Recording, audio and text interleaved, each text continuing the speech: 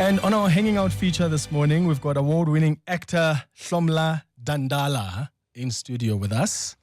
Someone that you may have seen. I mean, what has he not done? Hlomla has been on Isidingo, and for some reason, all the characters he takes up somehow become so popular. And maybe that just speaks to his craft and his talent. He's in studio with us. We're going to get to know him better between now and 11 o'clock. How are you doing? I am well, thank you. Welcome back to 702. Well, yeah. Because this used to be your home at some point. Yes, this was my home for a little bit. Yeah. This was my home back in the days of John Robbie. Yeah, but you've got the voice for radio. And you've got a brain for radio as well.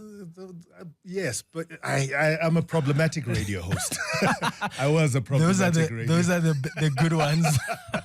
The problematic ones are always the good ones. I was a problematic host. Yeah. How are you? How are you doing?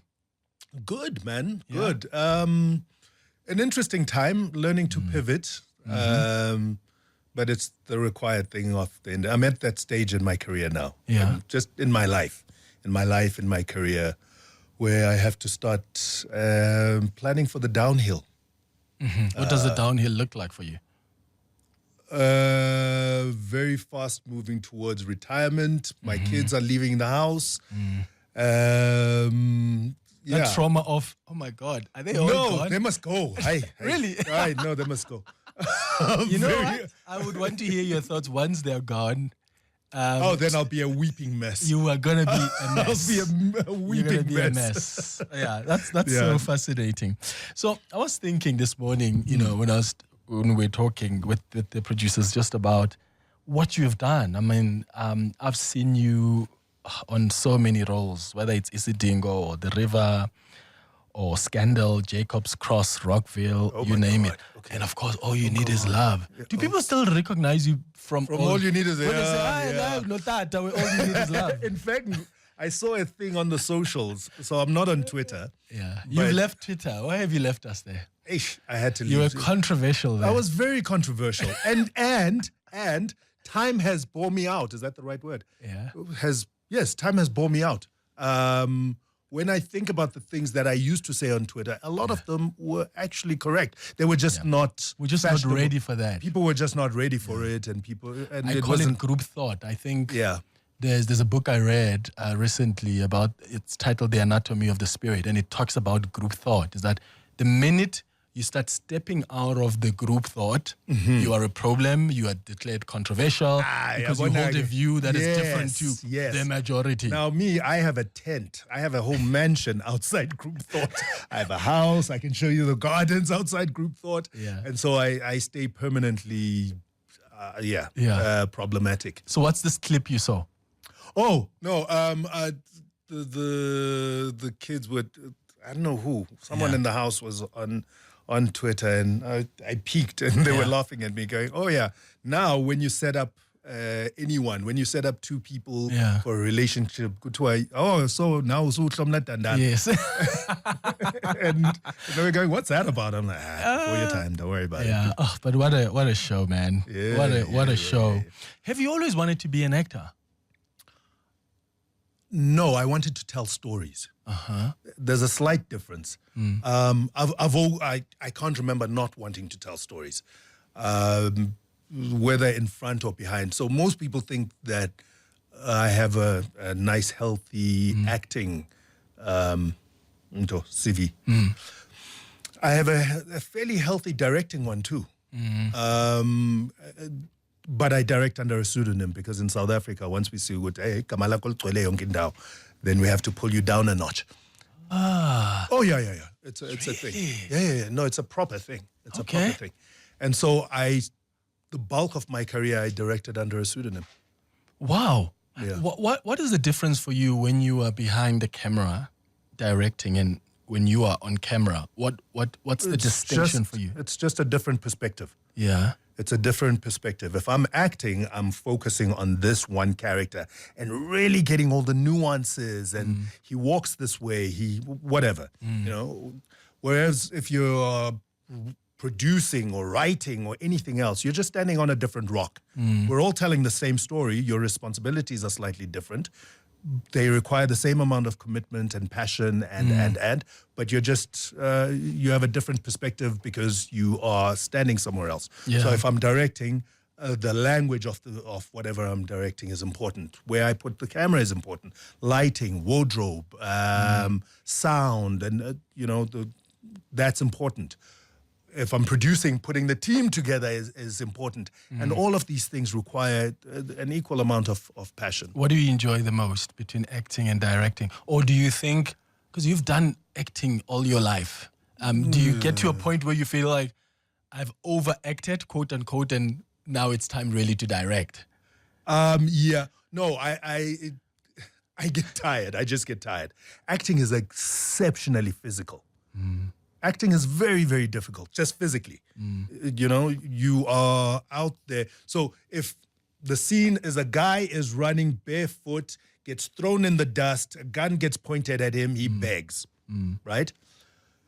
We're going to shoot that in at least 20 times from different angles. That means I'm going to run barefoot in the veld at least 20 times. Yeah. We're not counting the times where, oh no, there was an aeroplane in the back. Oh no, you didn't get your line right. No, the other guy didn't get the line right.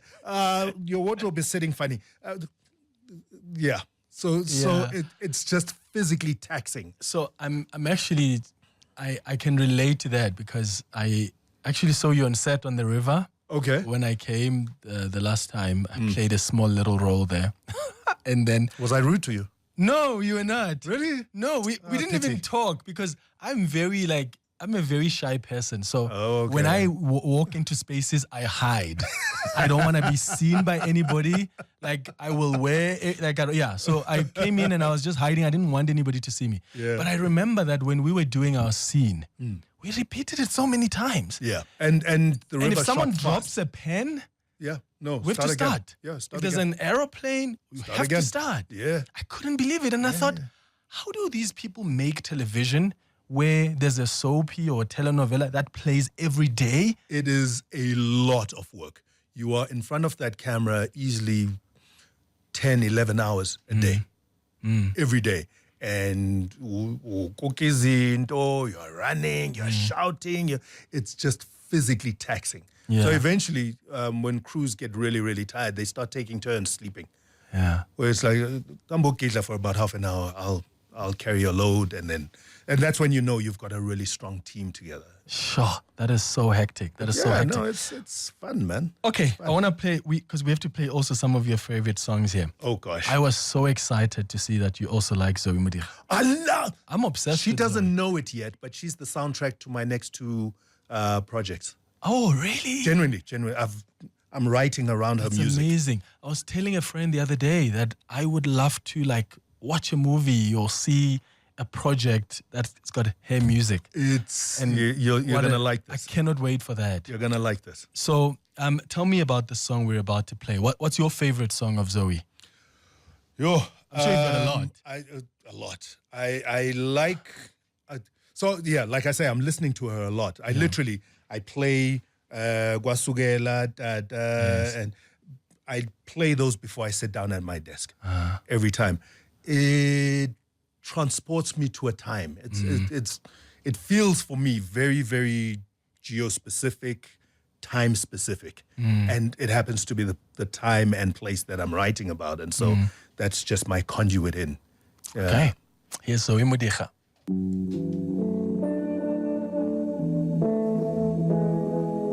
Yeah, that's Zoe Modiga. Amazing. One of the best artists this country has ever produced. Yes, What else do you listen to? Like, your dad is a preacher. Yes. Did you grow up listening to a lot of gospel music? I grew up. They didn't listen to a lot of gospel music. They sang a lot. Yeah. So I was in the choir. You were a typical pastor's kid. No, I didn't drink. I didn't misbehave. I didn't do drugs. But yes, outside that, yes. Outside that you were. Well, that's how they started. Right? They were in church. They were doing. Yeah. No, I was very much. You were very, because I was. Also, my mother's crazy.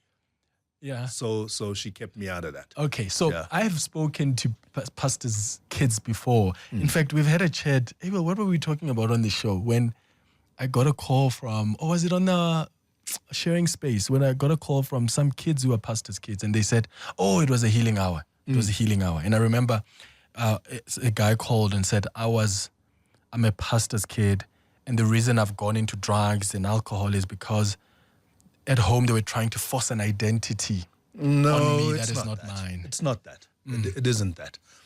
Many people, all parents try and force an identity. The reason specifically pastors' kids and corner shop owners, if you think about it, back in the day, families that used to own butcheries and those corner shops those children suffered exactly the same as pastors' kids. And what it is the same thing that kills you when you get famous. It is undeserved praise. It's undeserved praise. Oh, mntana kamfundisi, mina nasi stock sweet. Oh, mntana kamfundisi, ozohlala la papa. Mntana kamfundisi lo akaganganga, bonke abanye bagangile. Mntana kamfundisi muhle kanjani, and all of these things where they praise you simply for being the child of a minister. That is the most that's a drug. There's no other way around it. And I say this about fame as well. It's a drug. It'll kill you. It's a drug because it's an undeserved high. And once you lack it, you start to look for it elsewhere. So you look for it in alcohol. You look for it because at some point you outgrow it. Yeah. How did you then deal with fame? Because, I mean, at what point did you realize, oh my God, I'm famous? Was it when you got the Isidingo, that character on Isidingo? When I got Isidingo, I'd been acting for about 10 years. People didn't know this. And I was working consistently for about 10 years. Isidingo, the PR lady there, I'm going to say Des, not Des. Oh, gosh, I've forgotten her name. She was brilliant. And we were having our first cast meeting. We haven't shot a frame. We haven't done a thing. Steps up to me and goes, we're going to make you huge. You're going to be hugely famous. And I went, ha, ha, ha, whatever. And she knew the character you were going to play already. Now, the character, she knew the character I was going to play. The character was written as a short little 3-week storyline. Oh, that's it. Really? It was a 3-week storyline. I would come in as this young upstart black guy, fix a thing or two, fall in love with the fall in love was, yes, part of the story. Fall in love, we kiss, okay, daddy kicks me out, the end. And the character became so incredibly popular that before the 3 weeks was over, he became a permanent fixture of his sting. That's amazing. Yeah. So when that fame then hit you, what did it mean? What changed in your life? Everything changed. Listen, it hits you like a euphoria, fame. It's like, again, I've said this somewhere before. It's like being at a party where you are on. Do you know what I mean? Where every joke you land is the one.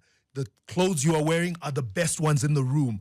All the people that you find attractive are finding you more attractive. Everybody wants a piece of you. Everyone and it happens every single day. Every day. Non-stop. Not for a day, not for a week, not for a month, for years and years, and just being on again and again. I walk into a room and I know all the girls are wanting to grab a thing of me. Walk into a guy, into another room, and all the guys are like, yeah, Dandala. It's like being like that. Now, I had my mother's voice in me. My mother is genuinely crazy. She's scary. My mother, even as umntana kamfundisi, because my mother synthesized this, actually. It's not, she synthesized that the reason why abantwana babefundisi go crazy is because they get praised too much, undeservedly. And so she would shout at me. Like I would get in trouble if Ukoko gave me a sweet that I didn't deserve. Why did you get it? What's going on? Why? You are naughty, you get a smack. And you're going, oh, okay, so it became ingrained in me that if I didn't work for it, it's not mine. Yeah. I simply cannot accept things that are not mine. And so for a year, I rode this wave of, wow, fame for about a year and a half. And then after that, I just went to the producers and went, I need to stop. I need to stop. I know what this is. I'm from the church, and I can hear my mother's voice going, this is not yours. You don't deserve this. You don't deserve this. It's going to hurt you if you're not careful. And so I went and resigned from Miss Dingo and went on to All You Need Is Love, which shot me even higher up. But I nearly messed myself up around that time. And then became a hermit for the most part. Yeah, I always, and I know we don't have these conversations a lot because they're almost like they're privileged conversations. Because every time I try to even talk to my friends because I've got friends who are like philosophers in their way of thinking, and we have conversations about many things. And every time I say to them, do we ever talk about, one, the difficulty of also growing up, for instance, in a rich household? Because we think everybody has it easy, right? Yeah. People who are growing up in rich households have it easy, yes, but they're also struggling with other things. There are traumas that Isolation. And even people who are famous, we may see it outside as, you're complaining about this. Come on, you are famous. That's privilege. But we don't talk about the trauma and also the impact that comes with that. Because when you're untouchable, and then you think, and there's a saying that says, when you live by people's praise, you're going to die by their criticism. Precisely. Because the minute it gets in there, you took the words out of my mouth. And the minute they come and criticize you once, you're a dead man. You're over. Yeah. You're over. And because you let them in, you see. You did. You let them in. You said, I will welcome your opinion. Where now you thought you were saying, I'll welcome your praise. No, what you were welcoming is their opinion. Which could change any day. And it can flip on a dime. Yeah. So, How do you deal with criticism? Because, you are a public figure. You are famous. Whether you like it or not, people will look at everything you say. That's why on Twitter, anything you say, it could be said by a normal Clement there in the street, wherever. I like that, a normal Clement. when you say it, it becomes did you hear what Hlomla said? Yeah. It's par for the course. And you know how people say there's a responsibility with being in the public eye? Yeah. Yeah, it's literally that. That's part of that responsibility because you are in the public eye. You are not an inconspicuous, anonymous person. Anonymity is like a warm blanket. It really is an amazing thing. But you can only know how warm that blanket is when you've been out in the cold of fame. I never thought people are probably thinking, what, you're describing fame as cold? Yeah, no. Is. Fame is I love that. Brutally cold. Anonymity is a warm blanket. But you can only know it when you've been to the cold. When you've been to the cold. Oprah would say, that's tweetable, everybody. Go, tweet. It's 24 minutes before 11 o'clock. Award-winning actor Hlomla Dandala is in studio with us. It's interesting seeing some tweets from some of you who, still say you still remember him from All You Need Is Love, even though you've seen him on many other productions on television. That's when you still had... I had dreadlocks. Yeah, when did you cut those? About a week before my firstborn was born. What was the reason for that? I didn't want it grabbing at my head. And also it was... it wasn't because there was a role that No. It was just... but that time dreadlocks were the thing, hey? Every girl I were- knew wanted to date a guy with dreadlocks. Dreadlocks and amakwekwe. Oh, yeah. You needed to have both. You needed amakwekwe and Calcium dreadlocks. deficiency. You're the hottest thing. You're the hottest thing in town. Okay, I'm going to ask you to put on your headphones, please. Sure. I'm going to take some calls now on 011-883-0702. Let's start with the WhatsApp on 072-702-1702. Hello, Clement and the team. Hello to your guest, Uputi Hlomla Dandala, the multi-talented. Yes, What a sir. great guy you have there in studio. I remember him from the days of All You Need Is Love. Wow. He's truly multi-talented. May he continue what he's doing. May the Lord bless him with more success and many more years to come. Keep giving us great content, Hlomla. We love you. So Thank much. you. Thank you very, very much. Thank you for that. Palisa, you are calling us from Waterfall. Good morning. Hello, Lala. Hello. Oh, is it Derek? Oh, is it Oh my Makubu? God. How are you, Hlomla? I'm well. How are you, Mama? I'm fantastic. I'm Balesa. I'm an actor. Sorry for ignoring you, Clement. How are you? That's okay. I'm Boni. That is fine. No, my goodness, Clement, you've got such an amazing person in studio. And I just wanted to find out, as an actor, yes, Mom, how did he prepare for his role on Justice Served? Because it was very dark. And for me, though he's played a villain before, it felt like a complete departure from everything that he has done before. And the second question is, how does he know when it's time to leave? How did you know it was done with Derek? It was done with Lala. It was done. As an actor, how do you know when it's time to leave? And lastly, and this one is funny, I once listened to an interview where you mentioned the number of times you failed at getting your driver's license. Please share that as well. Oh, Driver's license. So much. All right. Palisa, thank you for that. Palisa in Waterfall. All right. So how do you know it's time to leave a role and share that driver's license story, please? Oh, gosh. Yeah. You go by feel. It's so with me anyway. I have a fairly clear idea of where I want to be, both as an actor, how I want to be perceived as an actor, and an individual, and the things I'd like to achieve with a role. Do you know what I mean? Where I'd like to stretch and so on. And then once you've done that, and I used to do this more when I was younger. Now I'm just grateful for the work. But back in the day, it would be, okay, I've achieved these things. I don't want to be known, especially around Derek Nyathi time. I was clear that I needed to be known as Hlomla and not as Derek. Because what tends to happen is if you stay in a role for long enough, you as an individual start to fade away and you become the character and people interact with the character.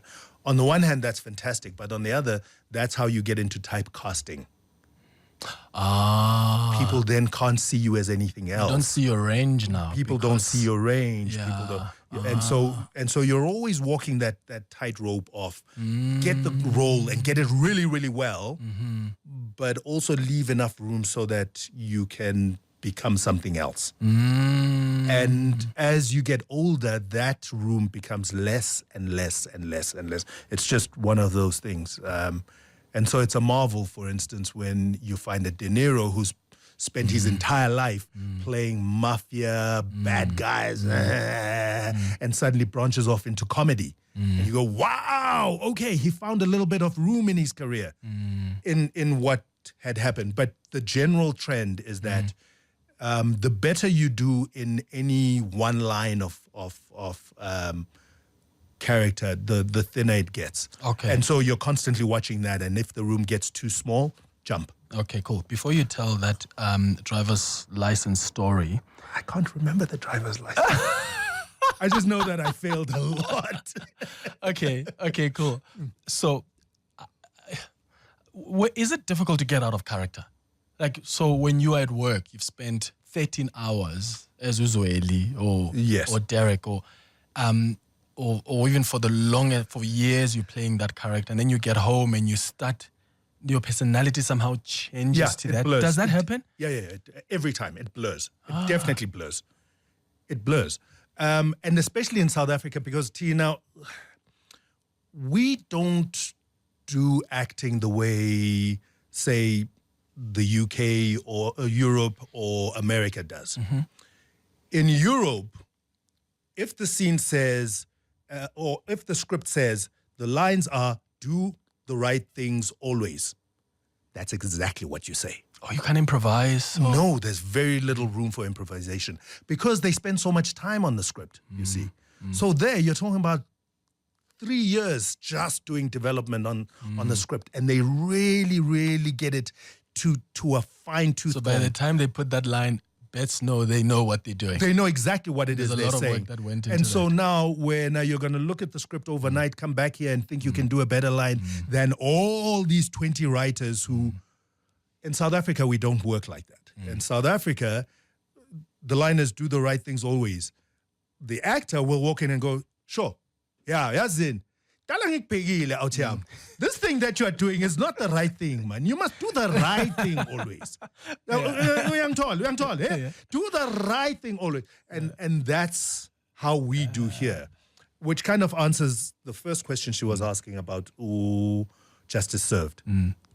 Justice Served was one of those few scripts that you get. It's a gem in terms of scripts where I read it and went, I can't add a single word onto this.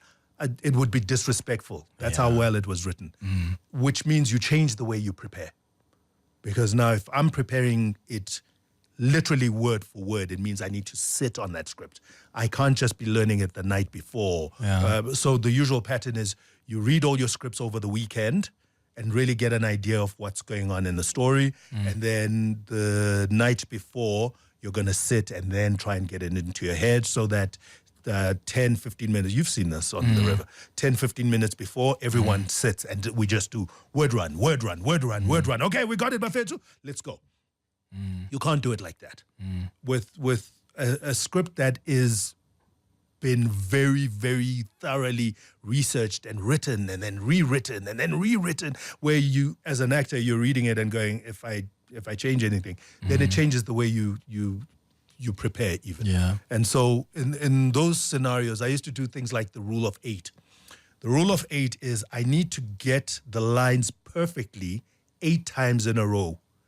And if I mess up anywhere along this 8, I go back to 1 and get it 8 times in a row. You mess up and...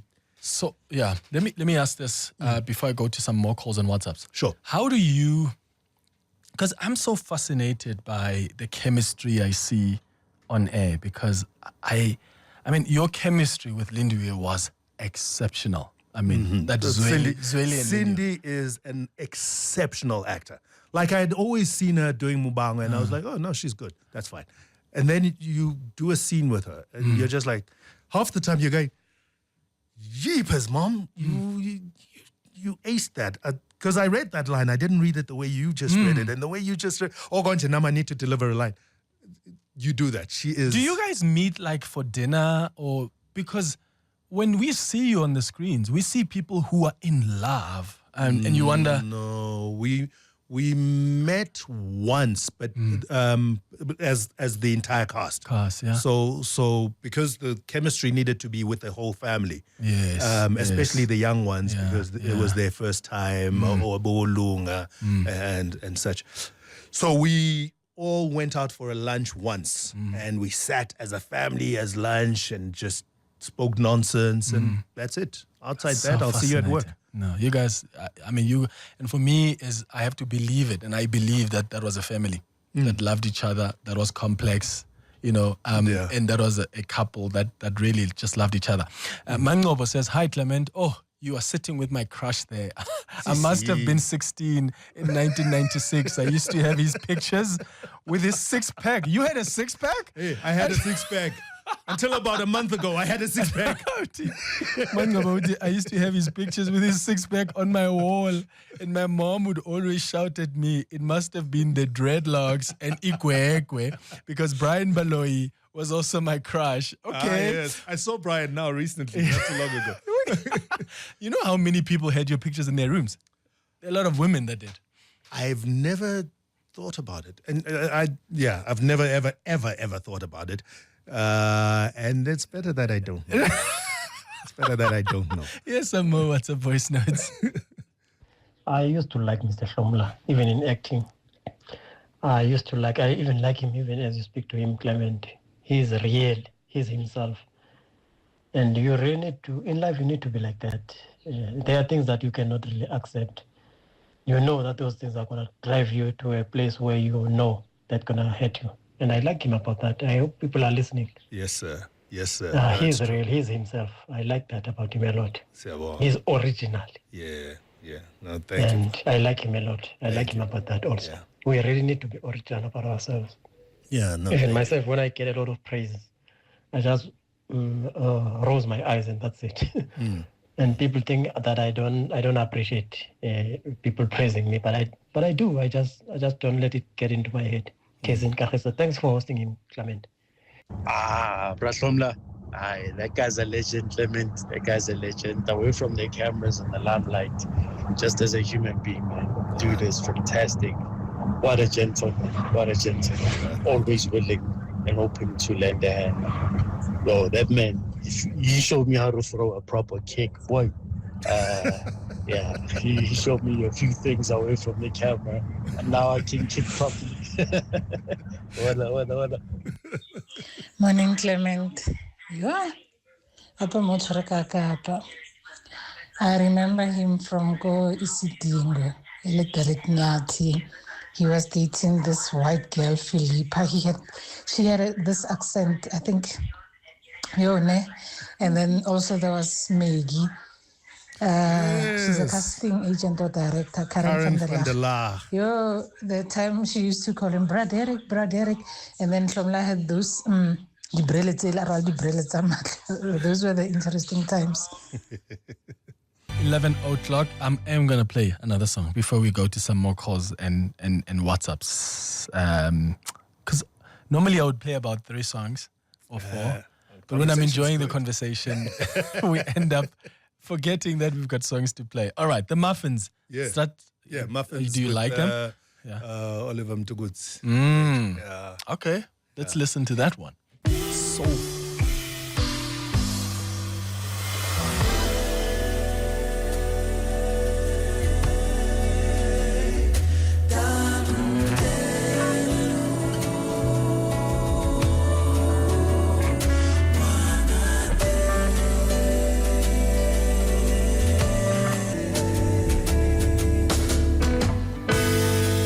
Good morning, Clement.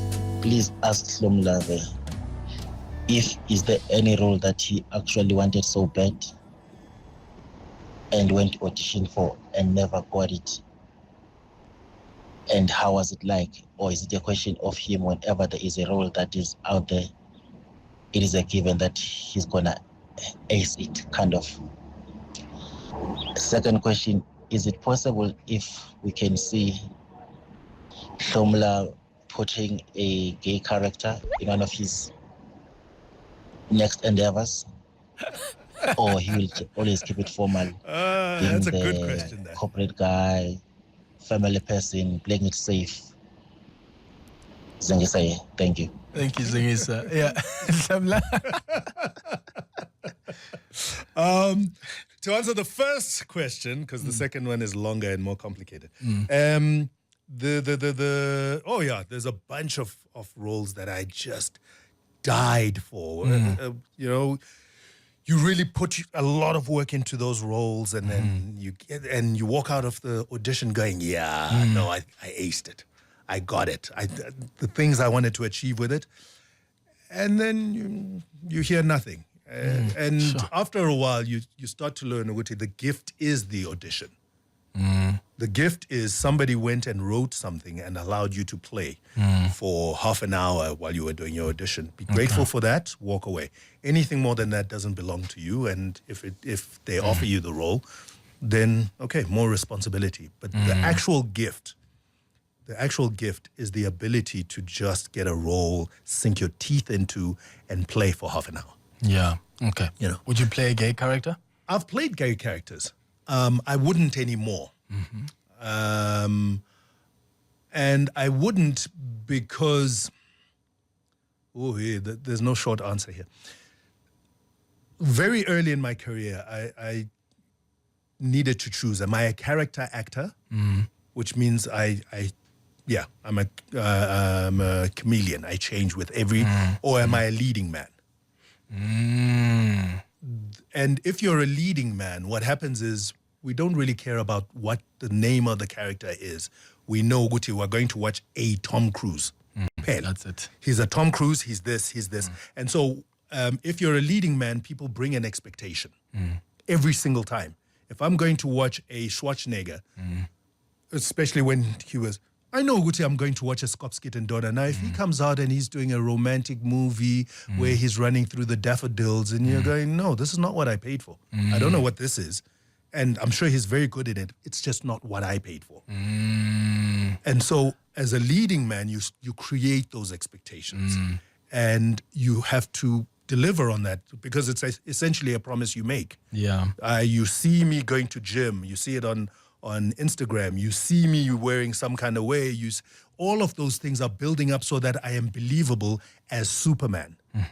But now if I am also in another movie where I'm being beaten up by guys who shouldn't be, then I'm not Superman anymore. Then I've moved against that expectation. So playing a leading man is a much longer curve, which takes a lot longer to take care of. You get to that state at some point. Let me read a few messages here quickly. Sure. Morning, Majita. Great gems that Hlomla is dropping ever so casually. The only other thespian exuding the kind of confidence he speaks with has been Warren Masamula.